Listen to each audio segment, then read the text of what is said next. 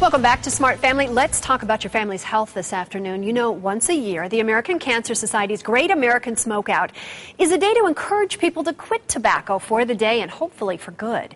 And Wayne Tormala is the chief of the Bureau of Tobacco and Chronic Disease for the Arizona Department of Health Services, and he was nice enough to swing by to get you ready for 24 hours from now. Nice to see you. Thank you, Connie. Good to be here. Well, first of all, you know, I think it's important that people understand that smoking is the #1 killer in the United States. I mean, that's huge. And it's preventable. Right. It's the #1 preventable cause of death in this country, and we've had great strides. We've made a lot of progress, especially in Arizona, in getting people to quit or never take that first cigarette, but we still have a lot of work to do. What are you asking people to do tomorrow as part of this Great American Smokeout? Well, the Great American Smokeout is a day where we really try to push as many people as we can into quitting for 24 hours.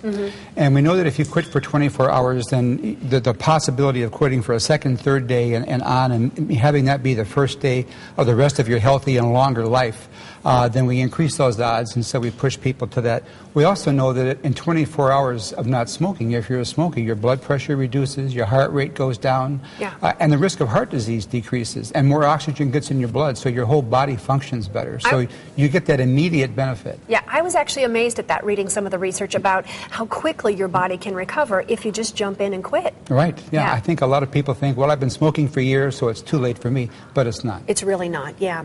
It can also have a great health benefit on your family as well, and we've done a lot of research over the years on secondhand smoke. Right, secondhand smoke.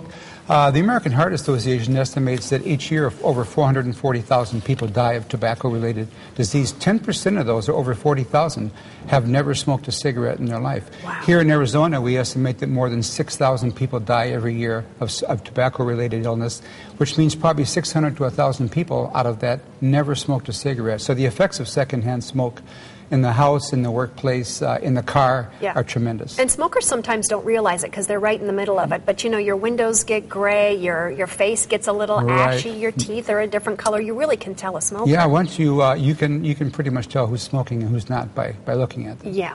So tell me a little bit about quitting, because people get very nervous about that. You know, they like their cigarettes and they're pretty protective of them. Should you quit cold turkey? Do you try to do something over time? What's the most effective way? Well, the most common way is to try to quit cold turkey, but we know that's only about 3 or 4% successful. Many people have tried 10, 15 times unsuccessfully. For people who have tried cold turkey and can't quit, then there are very effective resources out there. First of all, you should surround yourself with family and friends who are supportive, maybe people you work with.